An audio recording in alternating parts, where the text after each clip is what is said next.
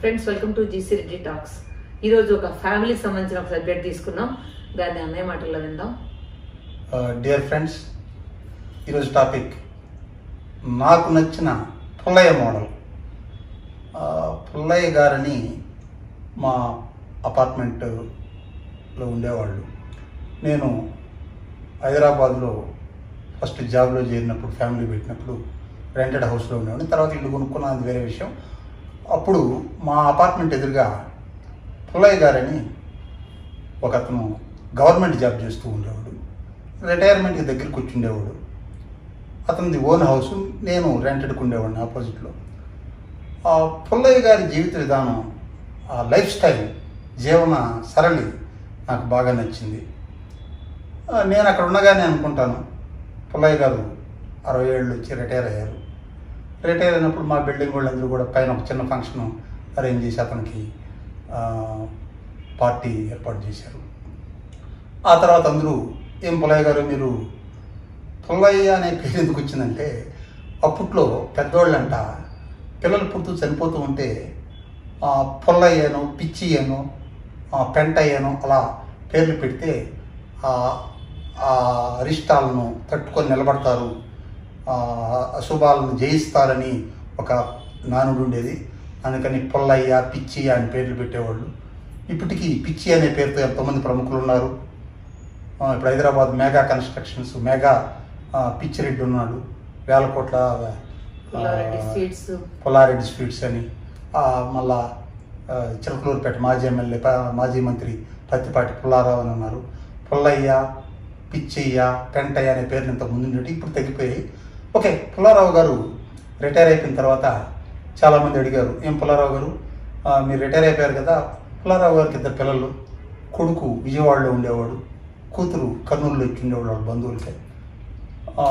కర్నూలులో వాళ్ళ కూతురు, ఇక్కడ వాళ్ళ విజయవాడలో వాళ్ళ కొడుకు ఉండేవాళ్ళు.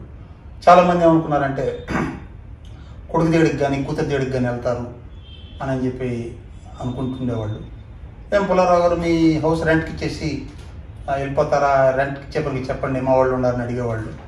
అతను లేదండి రెంట్కి ఇవ్వను అని అనేవాడు. తర్వాత వాళ్ళకి ఒక చిన్న కారు ఉండేది, మారుతి ఆల్టో కారు. ఆ కారులో వాళ్ళ భార్య భర్త ఒక 2 బ్యాగులు లగేజ్ తీసుకొని విజయవాడకి వెళ్ళేవాళ్ళు.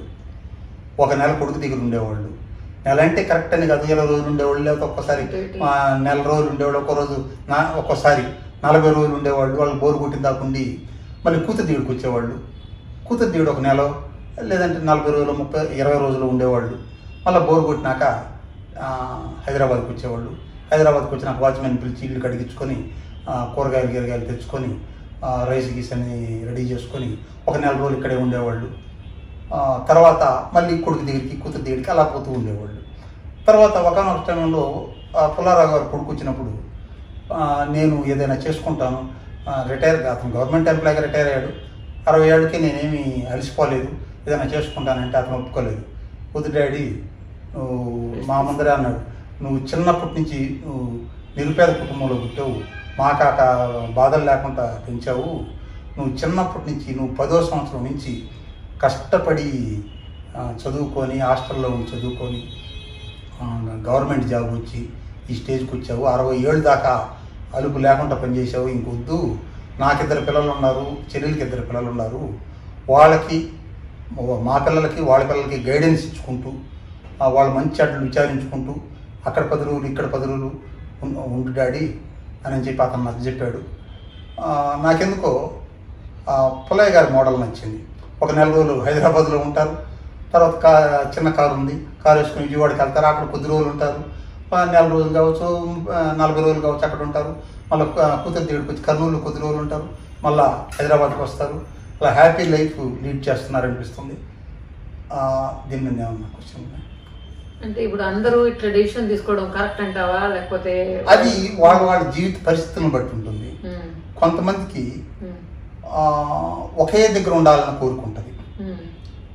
ఇప్పుడు వాళ్ళని కూడా కొంతమంది అన్నారు, మీరు అక్కడికి ఇక్కడికి ఎందుకమ్మా, ఇక్కడే ఉండండి, మీరేమి ఇద్దరు పెద్ద ముసలోళ్ళేం కాదు కదా, 60sలో ఉన్నారు, కావాలంటే ఒక కన్వెన్షన్ పెట్టుకోండి, ఇక్కడే ఉండండి అంటే, లేదండి మా కొడుకు దగ్గర కొద్ది రోజులు ఉంటాం, మా కుత దగ్గర కొద్ది రోజులు ఉంటాం, అక్కడ పర్మనెంట్గా ఉన్నాం, ఇక్కడ పర్మనెంట్గా ఉన్నాం, అక్కడ ఇక్కడ ఉంటాము.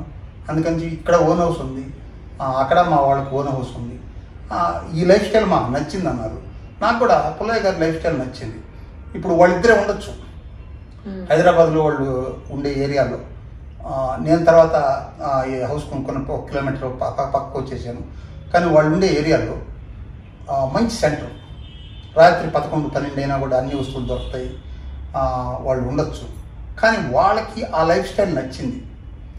పర్మనెంట్గా పిల్లల దగ్గర ఉండకుండా, పర్మనెంట్గా ఇక్కడే ఉండకుండా, అక్కడ కొద్ది రోజులు ఇక్కడ కొద్ది రోజులు అలా లైఫ్ని ఎంజాయ్ చేస్తున్నారు. ఏదన్నా పని చేసుకోవాలి, ఇంకేదన్నా ఏదన్నా బిజినెస్ ఏదన్నా చేస్తానన్నా కూడా వాళ్ళ పిల్లలు ఒప్పుకోవట్లేదు. ఎందుకంటే నువ్వు 10వ సంవత్సరం నుంచి చిన్నప్పటి నుంచి పేదరికంలో పుట్టి బాగా కష్టపడి గవర్నమెంట్ జాబ్ తెచ్చుకొని ఆస్తులు కూడబెట్టి మమ్మల్ని ప్రయోజకులను చేశావు, ఇంకా నువ్వు రెస్ట్ తీసుకో, మా పిల్లలకు గైడెన్స్ ఇస్తూ ఉండు. ఒక వయసు అయిపోయినాక ఏం పని లేకుండా ఖాళీగా ఉన్నాను ఫీల్ కావద్దు, మాకు నువ్వు పెద్దవాళ్ళు ఉన్నారు, మా తల్లిదండ్రులు ఉండారన్న ఒక భరోసా ఇస్తున్నారు మీరు, అది చాలు అని చెప్పి వాళ్ళ కూతురు కూడా అంటూ నేను విన్నాను అనమాట. ఇప్పుడు కొంతమంది పేరెంట్స్ ఏంటంటే వాళ్ళ తల్లిదండ్రులు వాళ్ళ పిల్లలతోనే ఉంటారు, కాకపోతే వాళ్ళతో మాట్లాడే సమయం వాళ్ళకి లేదు. ఇప్పుడున్న జనరేషన్ లో ఇప్పుడు ఓకే, దాని గురించి ఇంకొక వీడియోలో మాట్లాడుకుందాం.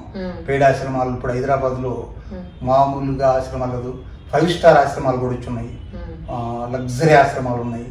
ఒక్క అయిన వాళ్ళకి దూరంగా ఉందాం అనే ఒక్కటి తప్ప మిగతా అన్నీ ఉన్నాయి. అంబులెన్స్ ఉంది, నేను కొన్ని చూశాను. 5 స్టార్ ఆశ్రమాలు ఉన్నాయి. డబ్బు ఉంటే ఇప్పుడు అమెరికాలో పిల్లలు ఉంటారు, ఇక్కడ వాళ్ళు పెద్దవాళ్ళని ఇక్కడ చేసిన వాళ్ళు ఉన్నాయి. ఇంకా దాని గురించి తర్వాత మాట్లాడుకున్నాం. సౌకర్యాలు ఒక్కటే కాదు, ప్రేమాభిమానాలు ఉండాలి. నువ్వు చెప్పినట్టు ఇప్పుడు పిల్లలు మనతో కూడా ఉన్నా కూడా ఒకరికొకరు మాట్లాడుకోవటం తగ్గిపోయింది. అంటే ఈ టెలికమ్యూనికేషన్స్, ఇంటర్నెట్, ఎడ్యుకేషను ఇవన్నీ డెవలప్ కావడం వల్ల ఏంటంటే ఈ కమ్యూనికేషన్ తగ్గిపోయింది. అందరు కూర్చొని మాట్లాడుకోవడం, అందరు కూర్చొని భోజనం చేయటం అనేది తగ్గిపోయింది. ఎవరి పాటికి వాళ్ళు భోజనం చేయటం, అందరికి ఇండివిజువాలిటీ పెరిగిపోయింది. వాళ్ళ రూమ్లో వాళ్ళు అందరికి ఇండివిజువాలిటీ, నా ఫోను, నా టీవీ, నా బెడ్రూమ్, నా బాత్రూమ్ అనే ఇండివిజువాలిటీ పెరిగిపోయినాయి. కానీ ఇది కంఫర్ట్ ఏమో కానీ ఇదంత మంచిది కాదు. ఎందుకంటే మనం ఇళ్ళు పెద్దదయ్యే కొంది మన మధ్యలో సంబంధాలు దూరం అయిపోతాయి. చిన్న ఇళ్ళు ఉండే కొన్ని అందరం కూర్చొని తింటాం అన్నీ ఉంటాయి. ఓకే, అది వేరే టాపిక్.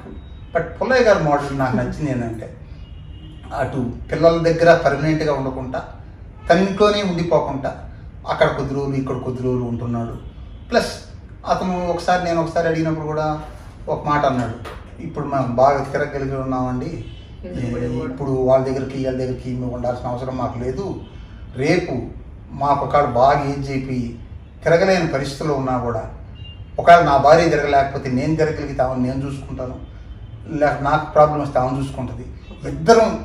ఇద్దరం ఏదన్నా డిజేబుల్ అయినప్పుడు అప్పుడు ఆలోచిస్తాం పిల్లల గురించి. ఇప్పుడు వాళ్ళకి మేము బర్డన్ కాకూడదు, మాకు కూడా ఫ్రీడమ్ ఉండాలి అన్నట్టుగా ఉన్నారు. ఆ మోడల్ నాకు నచ్చింది. ఇప్పుడు జనరేషన్ గ్యాప్స్ వస్తున్నాయి.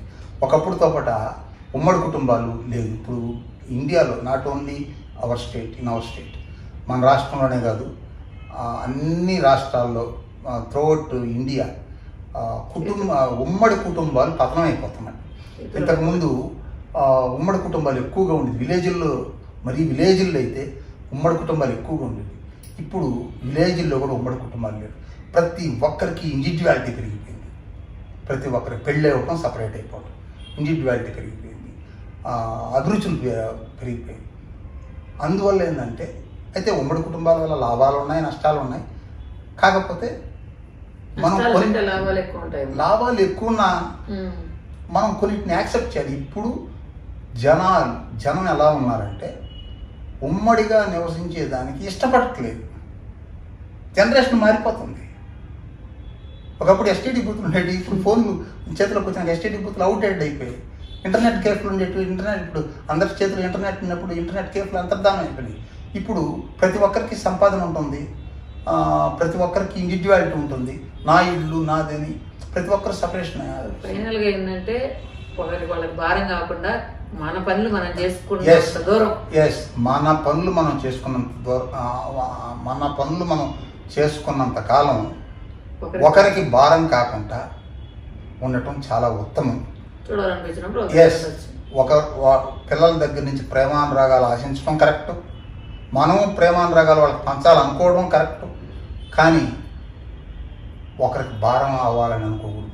భారం ఏముంది, మేము ఇద్దరం ఉంటే వాడు పిల్లలు చూసుకోలేరంటే చూసుకుంటారు. కానీ ఇప్పుడున్న జనరేషన్ ఎలా తయారయ్యారంటే వాళ్ళు ఒక్కరు తప్ప రెండో మనిషి కూడా భారం అయిపోతుంది. డబ్బు కాదు, ఇది కాదు. అలాంటి సమయంలో భరించలేకపోతున్నారు. అలాంటి సమయంలో మరీ నీ పనులు నువ్వు చేసుకోలేని పరిస్థితుల్లో మాత్రమే పిల్లల మీద ఆధారపడు. నీ పనులు నువ్వు చేసుకోగలిగినప్పుడు పిల్లలకి దూరంగా కాకపోయినా భారంగా లేకపోతే మంచిది. ఇది ఇంకొకటి ఏదో చెప్పాలనుకున్నా, మర్చిపోయా. మనం కూడా ఏంటంటే మన పిల్లలకి వాళ్ళ ఇంటికి పోయి ఒక 10 days ఉన్నాం అనుకోండి, అక్కడ ఎక్కడ సమస్య వస్తుందంటే వాళ్ళు ఏదైనా డిస్కషన్ ఉండేటప్పుడు ఈవెన్ మన అమ్మ నాన్న కానీ మన అత్త మామ కానీ ఇన్వాల్వ్ అవ్వకున్నామంటే సాబీగా ఉంటుంది. లేదంటే వాళ్ళు ఏదైనా ఒక చిన్న ఘర్షణ పడినా వీళ్ళు పెద్దోళ్ళు గమ్ముకుంటారు, ఏదో ఒకటి మాట్లాడతారు, అది వాళ్ళ కష్టమైపోద్ది. అలాంటి ప్రాబ్లమ్స్ ఎన్నో ఉంటాయి. సో అందువల్ల ఏంటంటే నా అనుభవంలో నేను విన్న దానిలో మనం పిల్లల ఇంటికి పోయినా, అంటే కొడుకింటికి కావచ్చు కూతురింటికి కావచ్చు పోయినామా వాళ్ళ సమస్యల్లో ఏది తలదూర్చకుండా మన పాటికి మనం హ్యాపీగా ఎంజాయ్ చేసినామా వచ్చామా. వాళ్ళు ఏదైనా డెసిషన్ అడిగితే ఇది ఇలా చేయమంటావమ్మా ఇలా చేయమంటావా అని అడిగినప్పుడు మన డెసిషన్ ఇస్తే బెటర్ అనిపించింది.